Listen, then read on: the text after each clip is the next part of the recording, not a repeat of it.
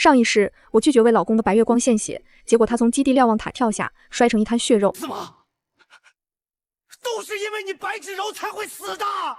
贱人，我要把你的血放干，给他陪葬。我回到了他让我献血那天。我同意给白芷柔献血。他微微一愣，手里的物资配给卡都差点掉在地上。你想清楚就好，毕竟这是你欠芷柔的。当初要不是他跟我分手，我就不会跟你绑定伴侣关系。所以你要心存感激。我移开视线，不想看他那张脸，因为只要对上他的目光，我就想起上一世被他亲手扔进狮群的惨状，心更是像被生生撕碎，疼得无法呼吸。好，我会配合的。这才对，漠视了还得讲人性。说着，他俯身在我的额头上亲了一下，我心里直犯恶心，只好不着痕迹地往旁边挪了挪。医疗站外传来丧尸的嘶吼声，围墙上的哨兵正在换岗。不过，我有个要求，你得先跟我解除伴侣绑定。陆寒川瞳孔一缩，没想到我会提出解绑，毕竟绑定的5年里，我也算是个贤惠的伴侣。回到居住舱后，我没让他动过一次手，衣服是补好的，拿起来就能穿，饭是用仅有的罐头做好的，他一回来就能吃。我从来不和他吵架，几乎是100依100顺。不过这样的我还是不足以跟白芷柔比，在他心里，永远是没有得到的白月光更重要。像我这样招之即来挥之即去的女人，哪个男人又会在意呢？或许解绑对于他来说是双喜临门，既能摆脱我，名正言顺地跟白芷柔在一起，又能救他的命。那行吧，既然你想解绑，我就满足你好了。唉，你都这么善解人意了，我也不该抓着你不放。他甚至连什么原因都没问就答应下来，好像生怕我反悔。虽然说的不情不愿，可眼里的笑意是骗不了人的。那你就联系白芷柔跟医疗站吧，需要我做什么，我都配合。好，芷柔，苏黎已经答应给你输血了，你有救了。现在就去联系医疗站，免疫者血型这么稀有，咱们得抓紧做手术。听着他激动的声音，我在心底冷哼一声，这么想要我的血，那就拿去吧。沾了我的血可不是什么好事。上一世我之所以一直不同意给白芷柔献血，就是因为我血液带毒。虽然我是免疫者，被丧尸咬伤不会变成丧尸，但血液里仍然有未完全转化的病毒。我妈去世之前交代我不能给任何人献血，所以我谨记在心，没有答应陆寒川帮助白芷柔。没想到这成了他杀害我的理由。白芷柔多次求血不成，竟从27米高的瞭望塔一跃而下，只留下一封血书，上面感天动地的写了他是有多离不开陆寒川，看我可怜才把今生之爱让给了我。可是医生明明说了，他的病只是普通病毒感染，多吃点补剂补补就行了，根本不用着急。我百口莫辩，却又没有办法和一个死人计较。那天，陆寒川在他的尸体前沉默了1个小时，我上前劝他，他一巴掌将我掀倒在满是灰尘的地上。说了多少次，你就帮帮他，只是一点血而已，又不会要命，你连这都不同意。要不是你俩的血型一样，我用得着你？芷柔是你害死的，你这个杀人犯，现在满意了吗？我难以置信地捂住脸，结果他连我的眼泪都不想看见。现在知道哭了，早他妈干什么去了？苏黎，你连畜生都不如，死的怎么不是你？什么都别说了，听见你说话就恶心。他为白芷柔举办了风光的葬礼，当着所有幸存者的面把那封血书公之于众，大家看到了吧？这就是苏黎的为人，是他逼死芷柔的。我真的很羞愧和这样的女人绑定了伴侣，如果再让我选一次，我宁愿单身都不会选她。白芷柔的父母疯了一样扑上来，一边哭一边打我，我被打得鼻青脸肿，嘴角都溢出鲜血，想跑，结果被他们家人按住。我错了，我错了，别打了。寒川，你让他们住手吧。打死你才好。我被这句话伤得肝肠寸断，血液凝固，我疯狂地推开打我的人，抱住他的双腿。我是有原因的，你是我老公啊。管你什么原因，反正现在芷柔死了。他抬起一脚将我踹开，又让人将我按跪在地上。叔叔阿姨，你们别生气了，我已经决定让芷柔入我家的幸存者名单，我伴侣的名字只能是白芷柔。等死后，我要跟芷柔葬在一起。所以我妥协了，在白芷柔的灵前跪了一夜，我的眼泪掉得又凶又猛，成了全场哭得最伤心的人。第二天早上，我拖着跪得没有知觉的双腿站起来。该死，你没有心，你该死，都是因为你芷柔才会死的，贱人，我要把你的血放干。可是陆寒川啊，我血液带毒，他只能死得更快啊！难道在一起这么多年，你对我就没有一点爱吗？我就这么死了，连尸体都被扔出围墙，为了丧尸换好不好？我不甘心，也不情愿。所以我毫不犹豫地答应了他，不就是献血吗？好啊，只要白芷柔能受得住。陆寒川开始联系医疗站进行输血，陆寒川把他接到了居住舱。苏黎，反正咱们已经准备解绑了，你不会介意吧？我看着他俩紧紧牵着的手，微微一笑，不会的，也能及时处理。陆寒川张了张嘴，却什么都没说出来。真不好意思啊，都怪我自己被丧尸咬了。医生说，要是不换血，我或许只能再活2天，委屈你了。不过是输点血而已，有什么好委屈的？能为你输血，救你的命，是我的荣幸。怎么样？我就说我的眼光不错吧？我看中的女人根本不可能忤逆我，只要我说动，苏黎就不可能往西。韩川，你真厉害。愣着干嘛？去做饭吧。没看见芷柔已经饿了吗？这4个用罐头做的菜出来，白芷柔只尝了一口就皱眉。怎么这么咸啊？医生说过了，让我吃清淡的。陆寒川当即沉下脸，将所有菜都倒进垃圾桶。苏黎，你是故意的吗？就知道你不是真心想救芷柔的命，放这么多盐是想咸死谁？其实这几道菜我一共就放了半勺盐，那我重新做一份吧，不好意思。不用了，你出去换一份吧。谁知道你会不会又把盐放多了，浪费物资。这不好吧？虽然我是病人，但苏黎也挺辛苦的。要不我就不吃了，饿一晚上也没什么的。那怎么行？你感染需要吃好的。苏黎有手有脚跑一趟没事的。唉，好吧，那就辛苦你了，苏黎。不辛苦，应该做的。说完我就出了门，门关上的那一刻，我刻意将耳朵贴在墙上。白芷柔有几声咳嗽，是不是刚才那一口吃咸了？这个苏黎什么事都干不好。你放心，我们已经在办理解绑，等手术完成，我就第一时间把他从居住舱赶出去。韩川，谢谢你。之前跟你吵架分手都是我的错，不然你也不会赌气和苏黎绑定。这一次我不会再放手了，等身体好了，咱们就重新绑定。我没有再听，面无表情地走出居住区，从基地黑市换了一份不干不净的食物。眼看着摊主用刚碰完垃圾的手撞盘，我淡淡的叮嘱，别放盐，也不用做熟，腥一点也没关系。我老公和我妹妹就爱这一口。接下来的半个月，白芷柔跟陆寒川正式确认了关系，睡到了一起。他每天都有新的幺蛾子帮他洗内衣，结果一个不小心，仅有的内衣被我撕破了。哎呀，我弯腰不舒服，要不你帮我洗脚吧？给他洗脚没掌握好水温，把他的脚皮烫起了大泡。你帮我看看我的伤口是不是被寒川碰肿了，有点疼。帮他看伤口，结果因为光线不好，手里的小刀没注意，在他的腿上划出一道长口子。白芷柔每次都又哭又闹，引来陆寒川对我大发雷霆，但我每次都低眉顺眼，主动认错，态度诚恳，所以他经常忍着脾气劝白芷柔。没关系，苏黎也不是故意的，你忍一忍。白芷柔每天的脸色都是绿的，又拿我没办法。时间过得飞快，转眼就到了手术那天。我跟白芷柔躺在2张病床上，陆寒川紧紧地攥着她的手。不怕，手术做完你就健康了，到时候我们立马重新绑定。芷柔，这辈子我要定你了，再也不要跟你分开。寒川，你真好，有你在，我就不害怕。然而我的病床前却空无一人。半晌，医生强行拽走了陆寒川。病人家属只是个输血手术，没有生命危险。他好像这个时候才想起我。你也别怕，死不了的。这还用他说？陆寒川瞳孔缩了一下，眸中划过意外。这些日子我太懂事了，懂事的让他不忍。医生将我和白芷柔推进了手术室，我这一身带毒的血液顺着透明的细管流进了白芷柔的身体。输血结束后，我跟白芷柔各自休养了几天。冷静期的最后一天，我和陆寒川去办理解绑。路上我还是有些虚弱，没有说话。他看着我苍白的脸色，竟然主动开口：苏黎，谢谢你救了芷柔，没想到你真的把血输给他了。我没什么情绪，意味深长道：血能养回来，命可是养不回来的，我可都是按着你的意思来的。陆寒川看着我的眸色深了深，唇角勾起一抹欣慰的笑。半个小时后，我俩顺利办完解绑，从基地管理处出来。心底的大石头好像轰然落地，我感觉整个人都畅快不少。天上的云是灰白的，围墙上的哨兵是警惕的，连街上的幸存者都是麻木的。但我却情不自禁地笑了笑，把解绑证明收起。和我解绑，你这么高兴吗？他好像后知后觉地反应过来，我俩解绑是我主动提的。在一个普普通通的上午，没有吵架，没有生气，我笑容加深，因为咱们解绑了，就成全你和白芷柔啦。既然没有感情，何必勉为其难的在一起呢？想不到你这么善解人意。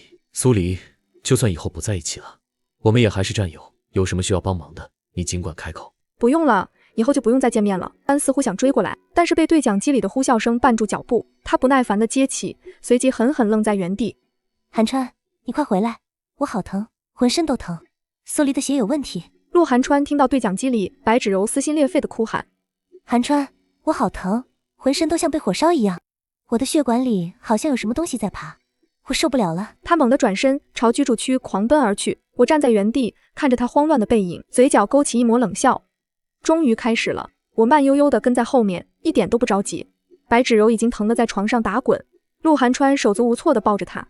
芷柔，你坚持住，我这就送你去医疗站。白芷柔的脸色惨白，寒川抱起她就往外冲，经过我身边时狠狠瞪了我一眼。都是你，你的血到底有什么问题？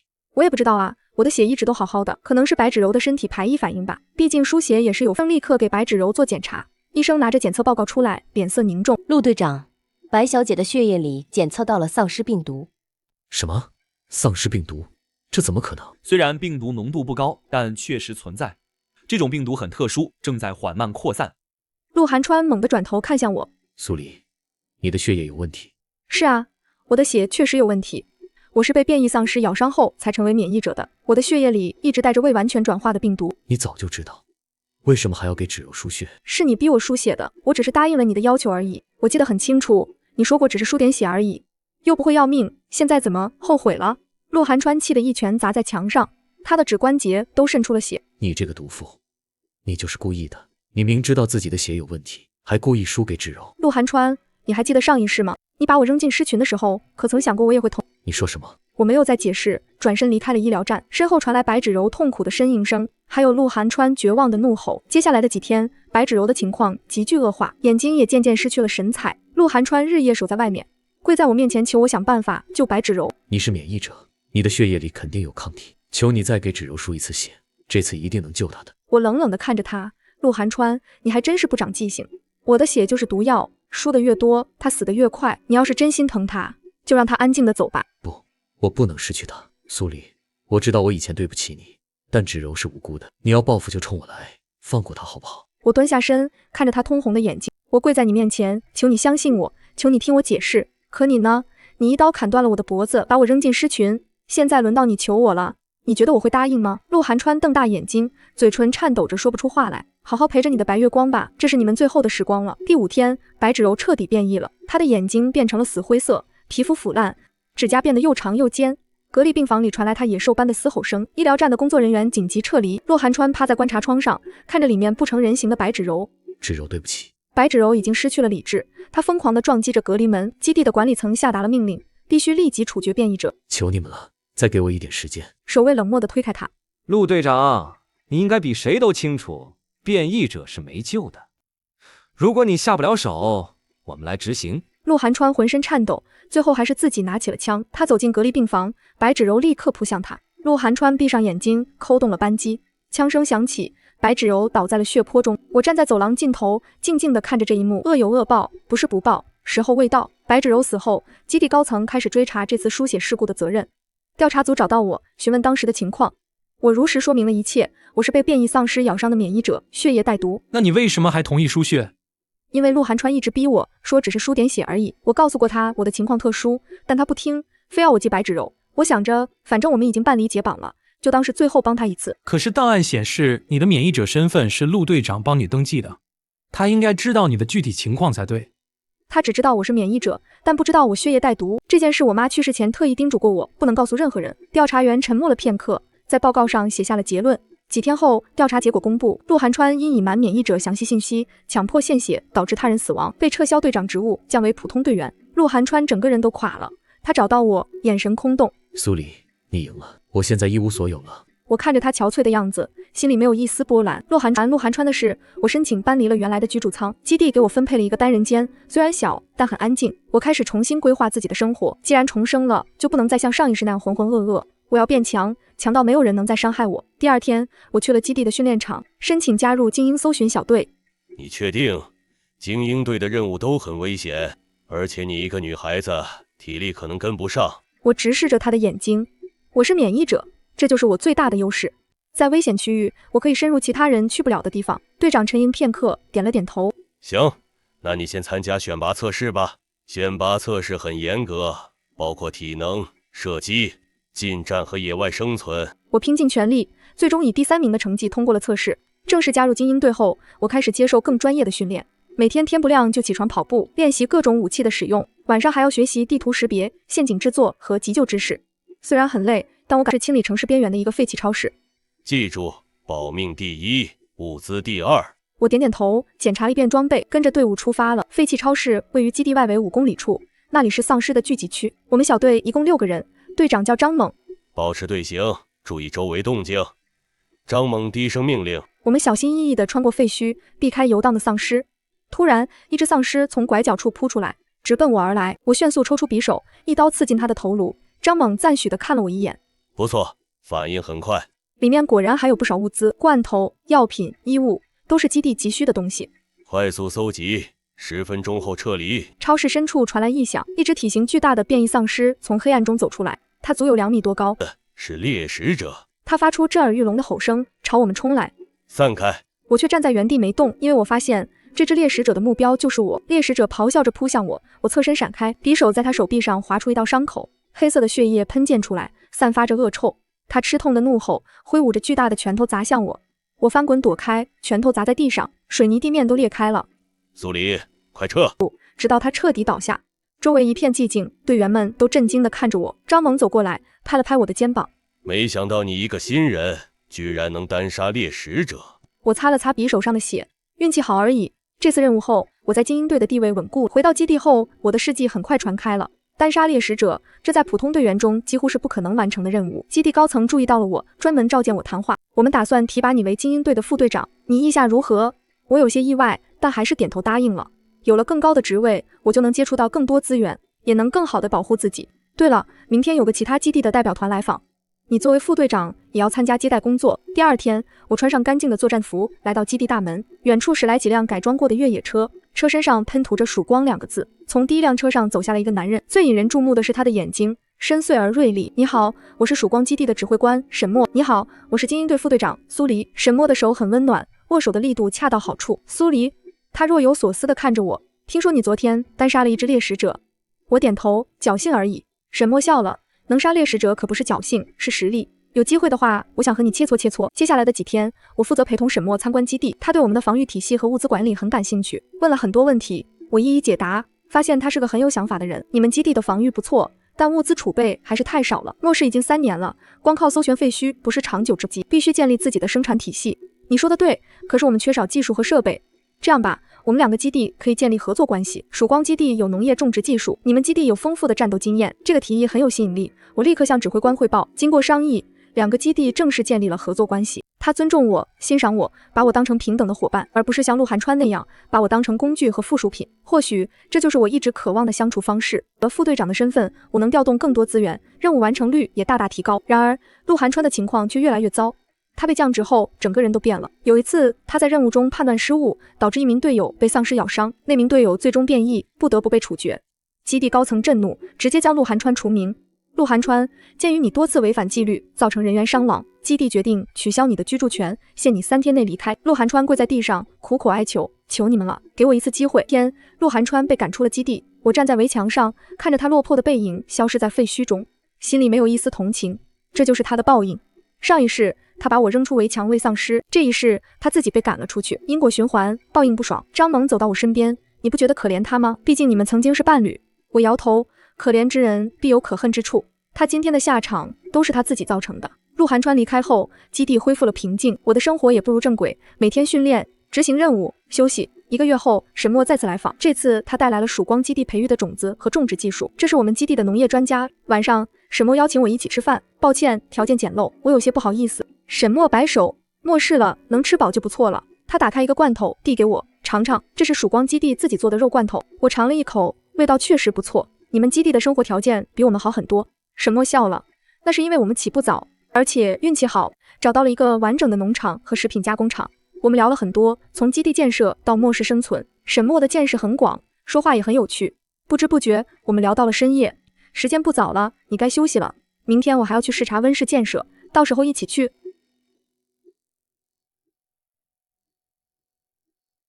目送他离开，我心里涌起一种久违的温暖，这种被尊重、被欣赏的感觉真好。第2天，我和沈墨一起去视察温室建设，按照这个进度，1个月后就能投入使用，到时候可以种植蔬菜和粮食，基本能满足基地的需求。苏黎，你对农业了解多少？不多，我只擅长战斗。末世生存不能只靠武力，农业、医疗、工程这些都很重要。你有空的话可以多学学。他说的对，我不能只做一个战士，要想在末世真正立足，必须掌握更多技能。视察结束后，沈墨突然问我，苏黎，你有没有想过离开这里？我愣了一下，为什么这么问？因为我觉得你值得更好的环境。沈墨直视着我的眼睛，曙光基地需要你这样的人才，不仅是战斗，还有管理、决策，我相信你能做得很好。我沉默了，这里有太多不好的回忆，让我再考虑考虑吧。我说。沈墨笑了，好，不急，我的邀请永远有效。沈墨离开后的第3天，基地遭遇了一场大规模丧尸潮，数以千计的丧尸从4面8方涌来，围墙上的哨兵拉响了警报，所有战斗人员立刻到岗。我抓起武器冲上围墙，眼前的景象让人头皮发麻，黑压压的丧尸群像潮水一样涌来，嘶吼声震天。开火！张猛大喊，枪声大作，子弹如雨点般倾泻而下，但丧尸实在太多了，前面的倒下，后面的立刻补上。这样下去不行，我对张猛说，子弹会打光的，必须找到丧尸潮的源头，击杀控制者。张猛咬牙，你说的对，但谁去？我去，我毫不犹豫地说，我是免疫者，就算被咬也不会变异。张猛犹豫了一下，最终点头，好，你小心。我翻过围墙，冲进狮群，丧尸们疯狂地扑向我，我挥舞着匕首，在狮群中杀出一条血路。终于，我看到了目标，在丧尸群的中心站着一只高阶变异丧尸，它比猎食者还要巨大，浑身散发着诡异的紫色光芒，这就是控制者。我深吸一口气，朝他冲去，一场生死之战即将开始。控制者发现了我，发出刺耳的尖笑，周围的丧尸立刻调转方向，全部朝我扑来。我在狮群中翻滚躲闪，匕首不停地挥舞，但丧尸太多了，我的体力在快速消耗。就在这时，远处传来枪声，一颗子弹精准地击中了扑向我的丧尸。我回头一看，是沈墨。苏黎，我来掩护你！沈墨大喊，他的队员们架起重机枪，对着狮群疯狂扫射。我趁机冲向控制者，他挥舞着巨大的爪子，想要把我拍飞。我侧身闪过，匕首刺向他的眼睛。控制者惨叫一声，紫色的血液喷溅出来，他暴怒地抓住我，想要把我撕碎。我忍着剧痛，用尽全力将匕首刺进他的头颅。控制者的身体剧烈抽搐，紫色光芒逐渐暗淡，最终他轰然倒地。失去控制的丧尸群立刻陷入混乱，四散逃开。我瘫坐在地上，浑身是血。沈墨冲过来扶起我，你没事吧？我虚弱地笑了，死不了。你怎么来了？我们是盟友，你们有难，我当然要来。那一刻，我心里涌起一股暖流。基地开始清理战场，沈墨的支援队也留下来帮忙重建防御工事。我因为受伤，在医疗站休养了3天。沈墨每天都来看我，有时带来食物，有时陪我聊天。苏黎，你考虑的怎么样了？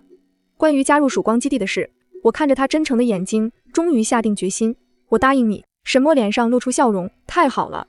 不过我有个条件。我说，你说。我要带着这个基地的一些人一起去。这里有很多好战士，他们值得更好的生活。沈墨毫不犹豫地点头，没问题。曙光基地欢迎所有愿意加入的人。1周后，我向基地指挥官提出了离开的申请。指挥官虽然不舍，但还是同意了。苏黎，你是个好战士。他说，去曙光基地吧，那里更适合你。张猛和精英队的几个队员也决定跟我一起走，反正这里也没什么留恋的了。张猛笑着说，跟着你至少不会饿肚子。离开的那天，我最后看了一眼这个基地，这里有我太多的回忆，有痛苦，也有成长，但现在是时候翻开新的一页了。曙光基地比我想象的还要好，这里有完整的围墙，整洁的街道，甚至还有学校和医院。沈墨带我参观基地，这里是居住区，那边是农业区，工业区在东边，我们有自己的发电站和水处理厂。我惊讶地看着这一切，你们是怎么做到的？运气加上努力。沈墨说，末世刚开始的时候，我们占领了一个军事基地，那里有完整的设施和物资，成了我们的起点。之后我们不断扩张，吸纳幸存者，建立生产体系。我由衷的佩服你做得很好。沈墨笑了，这不是我一个人的功劳，是所有人共同努力的结果。他带我来到一栋小楼前，这是你的住处，虽然不大，但很安全舒适。我推开门，里面干净整洁，家具齐全，甚至还有热水和电。太好了，我感慨道。好好休息吧，我打算让你担任安全部的副部长。我愣了一下，这么重要的职位，你值得。沈墨认真地说，我相信你的能力。在曙光基地的日子，我过得很充实。我负责基地的防御和巡逻工作。我重新规划了巡逻路线，加强了薄弱环节的防御，还组建了一支快速反应小队，专门应对突发情况。基地的安全系数大大提高。沈墨对我的工作很满意。苏黎，你做的比我想象的还要好。我就说你是个人才。我们经常一起讨论基地的发展规划。沈墨的想法很超前，他不满足于现状，我们不能只守着这1亩3分地。他说，必须继续扩张，联合更多的幸存者基地，只有团结起来，人类才有希望战胜丧尸，建立联盟。沈墨说，我已经联系了周边几个基地，下个月会召开联盟成立大会，到时候需要你帮忙。没问题，我说。在准备联盟大会的过程中，我和沈墨的接触越来越多，他会记得我喜欢吃什么，会在我加班时送来热茶，会在我疲惫时让我早点休息。这种被关心的感觉让我的心渐渐融化。联盟成立大会如期举行，来自5个基地的代表齐聚曙光基地。各位，我们今天聚在这里是为了一个共同的目标，那就是在末世中生存下去，重建人类文明。单打独斗只会让我们越来越弱，只有团结起来，我们才有未来。他的话得到了所有人的认同。宴上，沈墨举起酒杯，感谢大家的信任，为了人类的未来，干杯！干杯！所有人齐声响应。宴会结束后，沈墨送我回住处。月光下，他突然停下脚步。苏黎，有件事我想跟你说。我看着他，什么事？沈墨深吸一口气，我喜欢你。从第一次见到你，我就被你吸引了。你坚强、勇敢、善良，是我见过最优秀的女人。我知道你可能还没准备好，但我想让你知道我的心意。我的心跳加速，脸颊发烫。我看着沈墨真诚的眼睛，心里涌起复杂的情绪。上一世，我被陆寒川伤得太深，但沈墨的出现让我重新看到了希望。他温柔地笑了，不用急着回答，我可以等你准备好的那一天，我会一直在你身边。那一夜，我失眠了，脑海里不断浮现沈墨的笑容，还有他说的话。我问自己，我对他是什么感觉？答案很清晰，我也喜欢他，喜欢他的成熟稳重，喜欢他的温柔体贴。第二天，我找到沈墨，我想好了。沈墨紧张地看着我，你的答案是，我愿意试试和你在一起。沈墨的脸上绽放出灿烂的笑容，他激动地抱住我。太好，这次我相信自己的选择。1个月后，我和沈墨正式绑定了伴侣关系，所有人都送上祝福，恭喜你们。我穿着白色的裙子，挽着沈墨的手臂。就在我和沈墨沉浸在幸福中时，一个消息传来，有人在野外发现了陆寒川的踪迹，他被丧尸咬伤了，正在慢慢变异，要不要派人去救他？安全部的人问我，我沉默了片刻，派一支小队去看看情况，如果他还有救，就带回。小队出发后，我的心情很复杂。3天后，小队完全变异了。队长说，我接过录音机，手在颤抖。回到房间，我按下了播放键，录音机里传来陆寒川虚弱的声音：苏黎，如果你听到这段录音，说明我已经死了。我知道这是我应得的报应，我对不起你，对不起芷柔，对不起所有被我伤害的人。我为了一个不爱我的人，伤害了真正爱我的人。我静静地坐着，眼泪不知不觉流了下来，而是为曾经那个傻傻的自己哭。沈墨推门进来，看到我在哭，立刻走过来抱住我。怎么了？沈墨轻轻擦去我的眼泪，过去的就让它过去吧。你现在有我了，我会保护你，爱护你，不会让任何人再伤害你。我靠在他怀里，点了点头。沈墨，谢谢你。傻瓜，我们是伴侣，不用说谢谢。他吻了吻我的额头，以后我们一起。我和沈墨并肩作战，共同管理着曙光基地。半年后，我发现自己怀孕了。得知这个消息，沈墨激动得不知所措。真的吗？我要当爸爸啦！我笑着点头，是的，你要当爸爸了。沈墨小心翼翼地抱住我，太好了，我一定会保护好你和孩子的。怀孕的消息传出后，整个基地都沸腾了。在末世中，新生命的诞生是最大的希望，大家纷纷送来祝福和礼物。苏部长，恭喜你，一定要生个健康的宝宝啊！我感动得热泪盈眶，这就是家的感觉。怀孕后，沈墨变得更加小心翼翼，他不让我参与危险的任务，甚至连巡逻都不让我去。你现在是2个人了，要注意安全。我虽然觉得他有点过度保护，但心里还是很甜蜜。基地的医生定期给我检查，确保胎儿健康，一切正常，宝宝很健康，预计再过3个月就能出生了。我抚摸着微微隆起的肚子，心里充满期待。这是我和沈墨的孩子，是我们爱情的结晶。就在这时，联盟收到了一个重要情报，有人发现了丧尸病毒的源头，一个废弃的生物实验室。如果能找到实验室的资料，或许能研制出彻底消灭病毒的方法。这是个重要机会，我们必须派出最精锐的队伍去调查。我去。不行，你现在怀孕了，不能冒险。可是这么重要的任务，需要有经验的人带队。我会小心的，不会有事的。沈墨犹豫了。最后，我们达成了妥协，我负责指挥，但不亲自进入危险区域。调查队由张猛带领，调查队出发了。那里是丧尸最密集的区域，我通过无线电指挥着队伍前进，注意左侧有丧尸群靠近，绕过去，不要惊动他们。收到。队伍小心翼翼地穿过废墟，终于到达了实验室。实验室的大门还完好，我们准备进入，小心，里面可能有变异丧尸。我提醒道。队伍进入实验室后，无线支援1队、3队准备接应。战斗持续了半个小时，终于平息下来，猎食者已清除。张猛喘着粗气说：“我们找到了实验室的资料室，太好了！”我激动地说：“把所有资料都带回来。”就在这时，实验室深处传来巨大的响动，一只前所未见的巨型丧尸速度极快，瞬间就追上了队伍。所有人散开！张猛大喊，队员们四散逃开，但巨型丧尸的攻击范围太大了，一名队员被他的爪子击中，当场死亡。用重武器，我通过无线电指挥，瞄准他的关节。火箭筒发射，击中了巨型丧尸的膝盖，他踉跄了一下，但很快又站稳了。没用，这怪物的防御太强了。我咬着牙，做出了一个决定：所有人撤退，我来引开他。不行，苏黎，你不能去，必须有人去。相信我，我会没事的。我开着车冲向实验室，一路鸣笛，吸引巨型丧尸的注意。他果然被吸引了，朝我追来。我驾驶着车在废墟中穿梭，突然，我看到前方有一座摇摇欲坠的大楼，一个计划在脑海中形成。我加速冲向大楼，在最后一刻跳车。巨型丧尸追进大楼，我立刻引爆了预先买好的炸药，轰！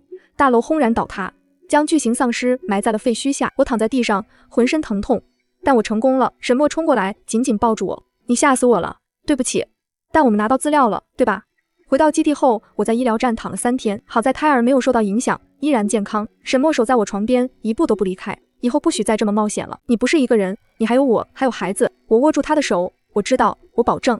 科研部开始研究从实验室带回的资料，那些资料详细记录了丧尸病毒的来源和特性。这是一种人工合成的生化武器，原本是为了增强人类的免疫系统，但实验失败了，病毒变异造成了这场灾难。那有办法消灭病毒吗？理论上可以。资料里有病毒的完整基因序列，我们可以根据这个研制特效药，但需要时间，至少半年。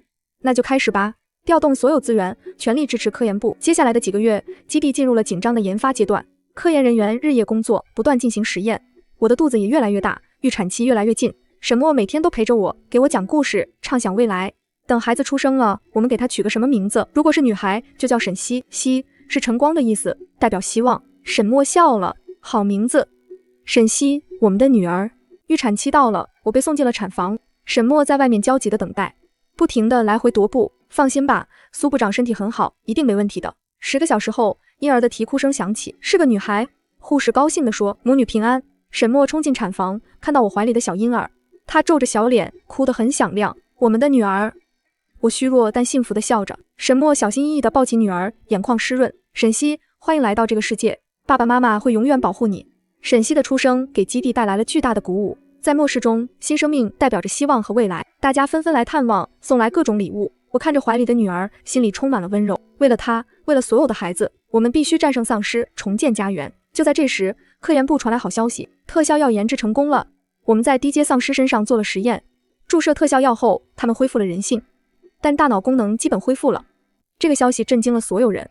人类终于看到了彻底战胜病毒的希望，特效药开始量产，联盟各基地都收到了配额。第一批接受治疗的是那些刚刚被感染的人，他们注射特效药后，病毒被成功抑制，太神奇了！这药真的有效。接下来，联盟开始对低阶丧尸进行治疗，那些还保留部分人性的丧尸被捕获后注射特效药，很多人成功恢复了神智。我还活着。一个被治愈的人茫然地看着周围。是的，你活着，欢迎回来。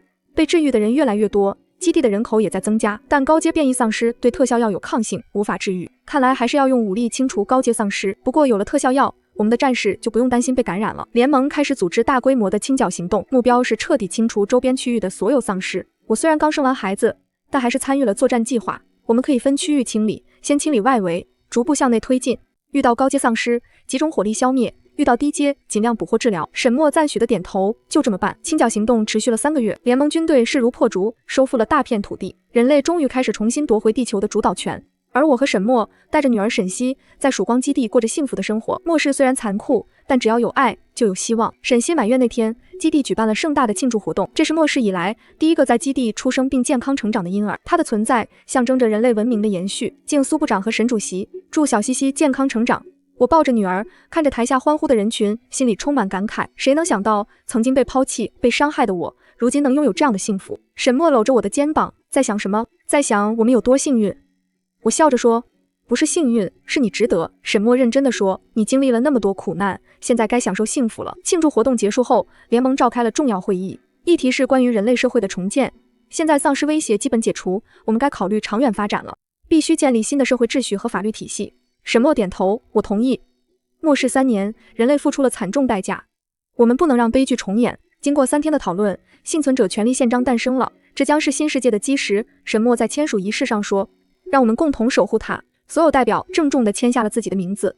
随着社会秩序的恢复，基地的生活越来越好，农业生产稳定，工业制造恢复，甚至还有了娱乐活动。孩子们可以上学，大人们可以工作。我逐渐从一线退下来，把更多时间留给家庭。沈西一天天长大，开始会笑，会抓东西。妈妈，他第一次叫我的时候，我激动地哭了。沈墨也经常陪女儿玩耍，是个称职的父亲。西西，来，爸爸教你走路。小沈西摇摇晃晃地迈出步子，然后扑进沈墨怀里。一家3口的笑声回荡在温馨的家中。但我知道，外面的世界还有很多工作要做。联盟正在扩大控制范围，寻找更多的幸存者，同时也在清理残余的高阶丧尸。张猛带领的特战队专门负责这项任务。苏部长，我们在北方发现了一个大型丧尸巢穴，里面至少有10只以上的高阶变异体，需要你来指挥作战。我看了看怀里的女儿，又看了看沈墨。去吧，西西有我照顾，你放心，这是最后一战了，结束后我们就能真正安定下来。我点点头，亲了亲女儿的额头。妈妈很快就回来。北方的丧尸巢穴位于一座废弃的地下停车场，那里阴暗潮湿，是高阶丧尸的理想栖息地。我带领3支精锐小队，总共50人，准备发起攻击。记住，我们的目标是彻底清除这个巢穴，不要恋战，注意配合。所有人都注射了特效药，不用担心被感染，但还是要小心，高阶丧尸很危险。队员们检查装备，做好了战斗准备。我们进入地下停车场，立刻感受到了压抑的气氛，空气中弥漫着腐臭味，墙壁上满是抓痕。保持警惕，我低声说。突然，黑暗中传来低沉的吼声，10几只高阶丧尸从4面8方冲出来，开火！枪声大作，火光照亮了黑暗。高阶丧尸的速度极快，普通子弹很难击中要害，用爆破剑！我下令，特制的爆破剑射出，在丧尸身上爆炸，几只丧尸被炸飞，但很快又爬了起来。这些怪物的生命力太顽强了，张猛咒骂道。我冷静地观察战场，寻找突破口。突然，我注意到巢穴深处有微弱的紫光，那里，我指着深处，应该有个控制者。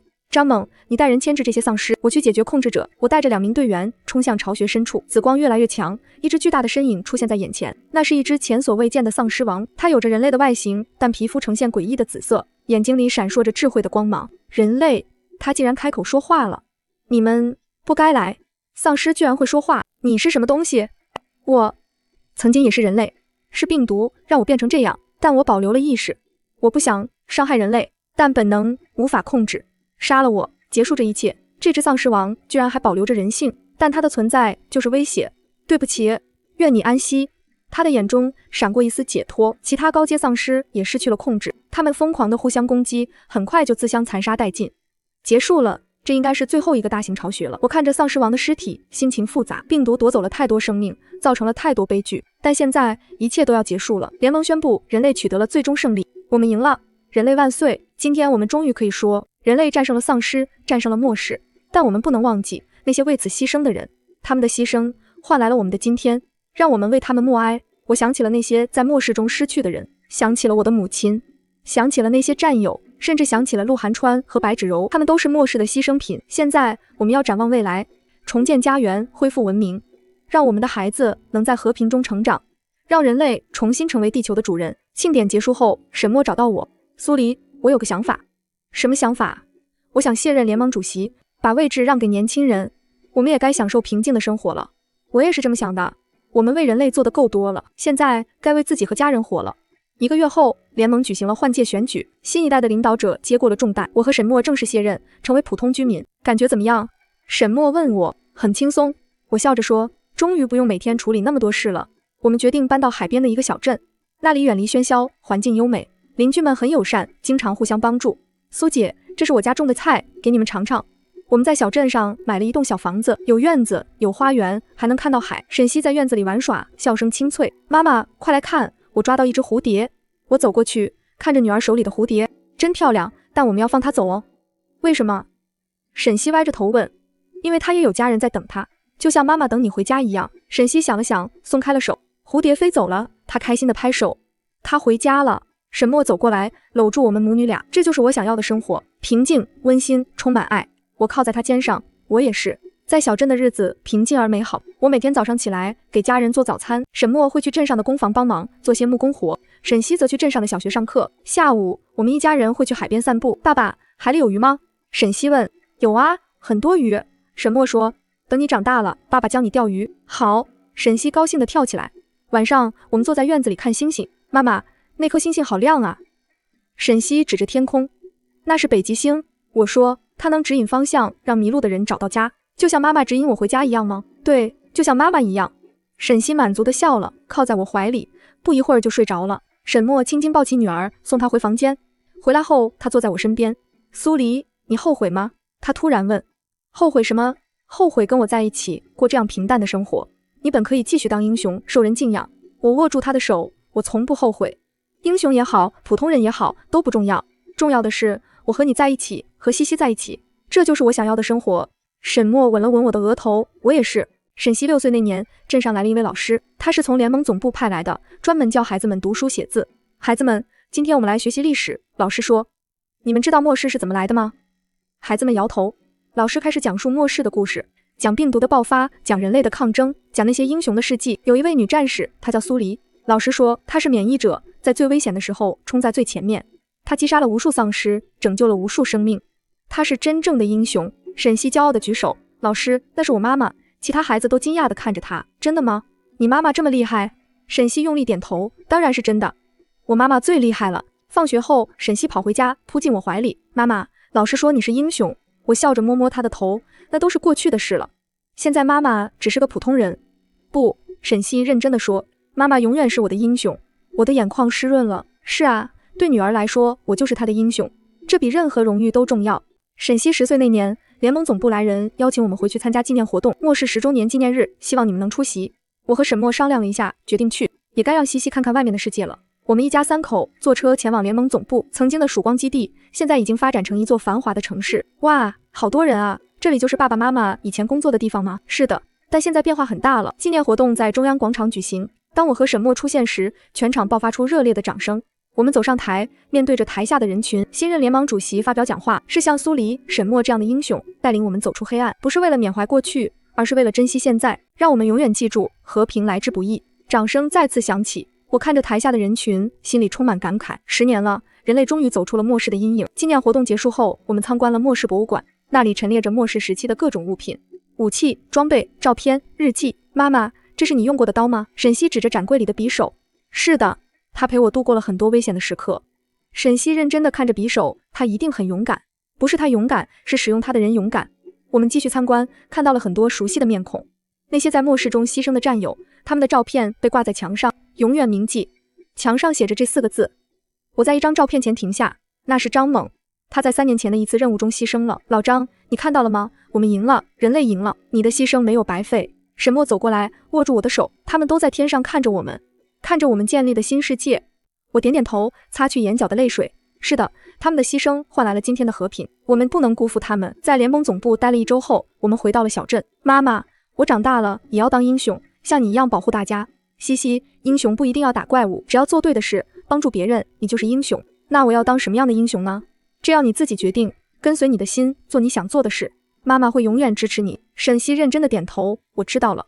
日子一天天过去，沈西渐渐长大，她继承了我的勇敢和沈墨的智慧，成为了一个优秀的女孩。15岁那年，她考上了联盟医学院。我想当医生，治病救人也是英雄，对吧？我欣慰地笑了。对，你是妈妈的骄傲。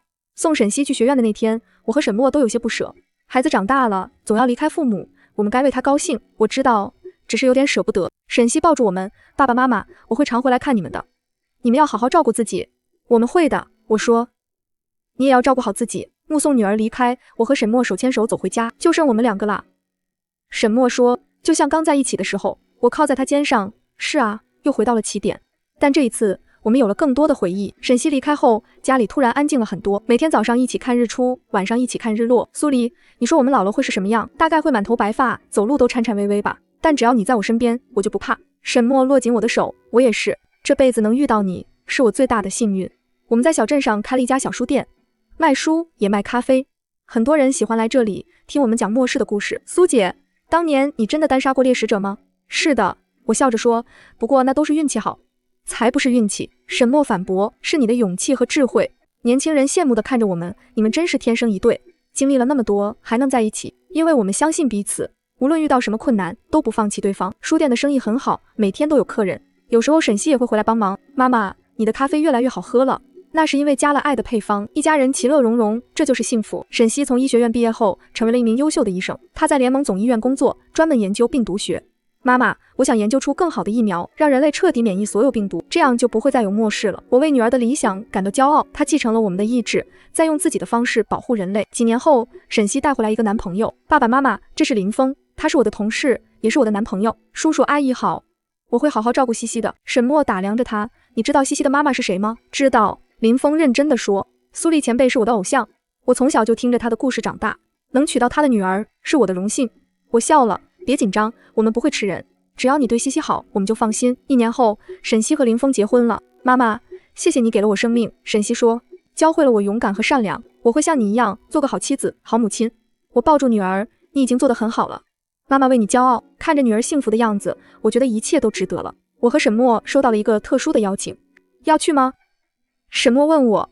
去吧，我说，这是对所有牺牲者的纪念，我们应该去。揭幕仪式在联盟中央公园举行，纪念碑高达20米，上面刻着所有牺牲者的名字，成千上万个名字，密密麻麻，每一个名字都代表着一条生命，他们是英雄。联盟主席说，他们用生命换来了我们的今天，让我们永远铭记他们。我看着纪念碑上的名字，眼眶湿润。张猛、李医生、王队长，那些熟悉的名字，那些熟悉的面孔，他们都永远留在了末世。老朋友们，你们看到了吗？人类赢了，我们建立了新世界，你们的牺牲没有白费。沈墨搂着我，他们会永远活在我们心中。仪式结束后，我们在纪念碑前献上鲜花，然后静静地站了很久，直到夕阳西下，我们才离开。走吧，沈墨说，回家吧。我点点头，挽着他的手臂。是的，回家。回到我们温暖的小家。时光飞逝，转眼我和沈墨都已经50多岁了，头发开始变白，脸上也有了皱纹，但我们的感情却越来越深。苏黎，你后悔吗？后悔跟我过这样平淡的生活？我笑着摇头，都问了多少次了，我从来不后悔，和你在一起的每一天都是我最珍贵的回忆。沈墨吻了吻我的额头，我也是，这辈子能娶到你是我最大的幸运。沈西给我们生了一个孙女，奶奶给我讲故事好不好？好啊，我抱起她，想听奶奶打怪兽的故事，那都是很久以前的事了。那时候世界上有很多怪兽，小晨晨听得入迷，眼睛亮晶晶的。我长大了也要像奶奶一样厉害。晨晨，奶奶希望你永远不用面对那些，希望你能在和平中长大，做一个快乐的孩子。我们经历的苦难就是为了让下一代能幸福。60岁那年，我的身体开始出现问题，可能是年轻时受伤太多，落下了病根。还有多久？最多1年。对不起，我们尽力了。没关系，我已经活得够久了，比很多人都幸运。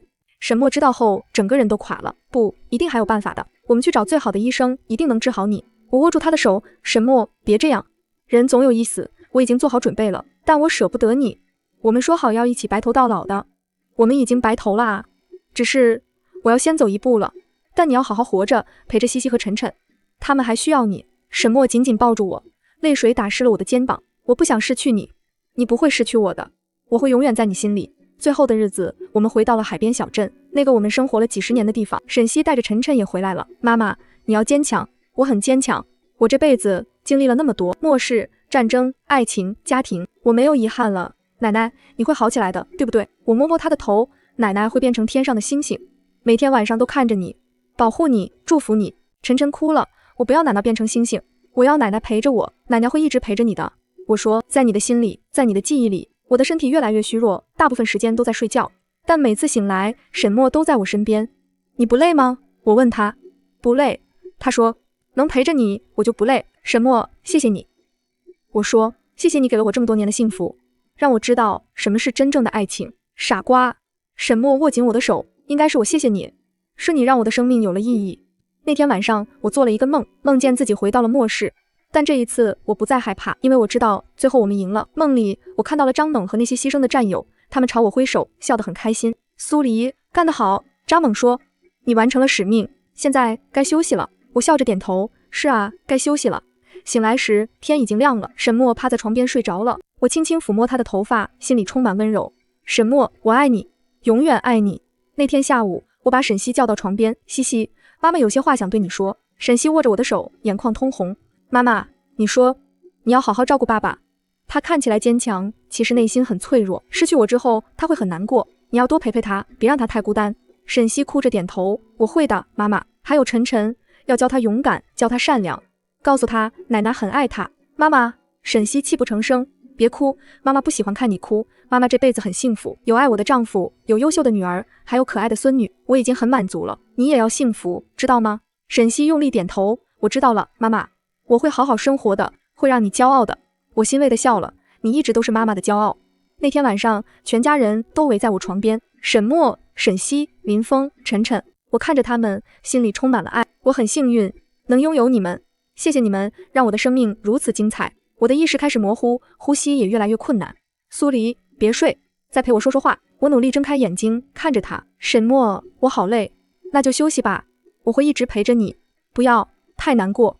我们还会再见的，在另一个世界。好，我等你，无论多久，我都等你。我笑了，闭上了眼睛，耳边传来沈西的哭声，还有晨晨的呼唤，但那些声音越来越远，我感觉自己在飘，越飘越高。最后，我看到了一片光明，那里有张猛，有李医生，有所有牺牲的战友。我握住他们的手，笑了。是的，我回来了，回到了那些并肩作战的日子，但这一次没有战争，没有痛苦，只有和平和幸福。苏黎去世后，沈墨整个人都变得沉默寡言。他每天都会去海边，坐在那块他们常去的礁石上，看着海浪拍打岸边，一坐就是几个小时。爸爸，回家吧，外面冷。不冷，你妈妈喜欢这里。我在这里，感觉他还在身边。沈西心疼地看着父亲，爸爸妈妈不希望你这样，他希望你好好生活。沈墨沉默了很久，才点点头，我知道，我会好好活着的，为了你，为了晨晨，也为了你妈妈。他开始重新振作起来，继续经营书店，继续帮助镇上的人。但每天晚上，他都会拿出苏黎的照片，静静地看着，轻声说话。苏黎，今天晨晨又长高了，他越来越像你了，我很想你，但我会坚强地活下去，就像你希望的那样。5年后，沈墨出版了一本书，书名叫《末世之光》，记录了他和苏黎的故事，还有末世的历史。书一出版就引起了轰动，无数人被他们的爱情故事感动。沈墨把书的收益全部捐给了孤儿院。苏黎生前最关心孩子，我想用这种方式延续他的善良。书店里经常有年轻人来找沈墨，沈老师，你是怎么追到苏前辈的？沈墨笑了，我没有追他，是我们互相吸引，自然而然走到一起。真正的爱情不需要追，只需要真诚和尊重。苏黎教会了我很多，勇敢、坚强、善良。她是我见过最优秀的女人，也是我这辈子最爱的人。她的眼中闪烁着温柔的光芒。沈西继承了母亲的事业，她在病毒学研究上取得了重大突破，研制出了新一代的广谱疫苗。妈妈，我做到了，我研制出了你希望的疫苗，从此以后人类再也不用担心病毒了。你在天上一定会为我骄傲吧？她获得了联盟最高科学奖，这个奖属于我的母亲，是她给了我灵感和勇气，是她让我明白科学的意义在于造福人类。妈妈，这个奖是给你的。台下响起热烈的掌声，人们永远不会忘记苏黎的贡献，她的精神也激励着一代又一代人。晨晨长大后成为了一名教师，讲述末世的故事，讲述奶奶的事迹。孩子们，你们要记住，和平来之不易，是无数英雄用生命换来的。我们要珍惜现在，也要勇敢面对未来，就像我的奶奶一样。孩子们认真地听着，眼中充满敬意。苏黎的故事将永远流传下去。沈墨70岁那年，身体也开始衰弱，但他依然坚持每天去海边，去那个他和苏黎常去的地方。苏黎，我快要来找你了，等我，别走太远，我怕找不到你。海风吹过，仿佛是苏黎的回应。爸爸，你想妈妈了？每天都想，这么多年了，我还是忘不了她。她的笑容，她的声音，她的一切都深深刻在我心里。爸爸，你们的爱情真让人羡慕，我和林峰也要像你们一样，相守一生，不离不弃。沈墨欣慰地笑了，你们会的，因为你们都有爱的能力，这是你妈妈教给我们的。那天晚上，沈墨做了一个梦，梦见苏黎站在海边，朝他招手。沈墨，我在这里等你，快来吧，我们还有很多话要说。来了，我来了。这次我们再也不分开了。第二天早上，沈西发现父亲安详地躺在床上，脸上带着微笑，仿佛做了一个美梦。爸爸，他哭着握住父亲的手，你去找妈妈了，对吗？你们终于团聚了。沈墨的葬礼很隆重，联盟派来了代表，镇上的人也都来了。沈老师是个好人，愿他们在天堂幸福。沈西把父亲葬在母亲旁边，2座墓碑并排而立。苏黎，末世英雄，永远的光；沈墨，联盟奠基人，永恒的爱，生死相依，永不分离。晨晨在墓前献上鲜花，爷爷奶奶，你们要幸福啊！我会好好生活的，会让你们骄傲的。海风吹过，带来淡淡的花香，仿佛是2位老人的祝福。从此以后，每年的这一天都会有人来到这里献上鲜花。20年后，联盟建立了纪念馆，馆内陈列着他们生前的物品和照片，从末世的相遇到并肩作战，从建立联盟到退隐小镇，每一个瞬间都充满了爱和勇气。纪念馆成为了最受欢迎的景点，无数人来这里了解那段历史。妈妈，这就是苏黎奶奶吗？是的，母亲说她是真正的英雄，在最黑暗的时候给人类带来了光明。小女孩认真地看着照片，照片里的苏黎笑得很灿烂，她好漂亮啊。小女孩说，我长大了也要像她一样勇敢、善良、坚强。母亲欣慰地摸摸女儿的头，你一定可以的，因为苏黎奶奶的精神会永远激励我们。纪念馆的墙上刻着苏黎生前说过的话，在最黑暗的时候不要放弃希望，因为黎明总会到来。这句话成为了新时代的座右铭。50年后，人类文明已经完全恢复，城市重建，科技发展，社会繁荣，末世成为了遥远的历史，但人们没有忘记那段历史，没有忘记那些英雄。每年的末世纪念日，纪念苏黎、沈墨这样的英雄。学校里，孩子们学习末世历史，老师讲述着苏黎的故事。他是一个普通人，但做出了不普通的事。他用勇气和爱拯救了人类。他告诉我们，每个人都可以成为英雄，只要心中有爱、有勇气、有希望。孩子们听得入神，他们的眼中闪烁着憧憬的光芒。晨晨已经成为了一位德高望重的老人，他经常去学校给孩子们讲奶奶的故事。我的奶奶是个了不起的女人，她经历了常人无法想象的苦难，但她从未放弃，从未绝望。她用自己的方式改变了世界。我希望你们记住她，记住她的勇敢，她的善良，她的爱，让这些品质在你们心中生根发芽。我们会记住的，我们会像苏黎奶奶一样。晨晨欣慰地笑了。奶奶的精神将永远传承下去，在每一个孩子的心中，在每一代人的记忆里，苏黎这个名字将永远闪耀在人类历史的星空中，成为永恒的光。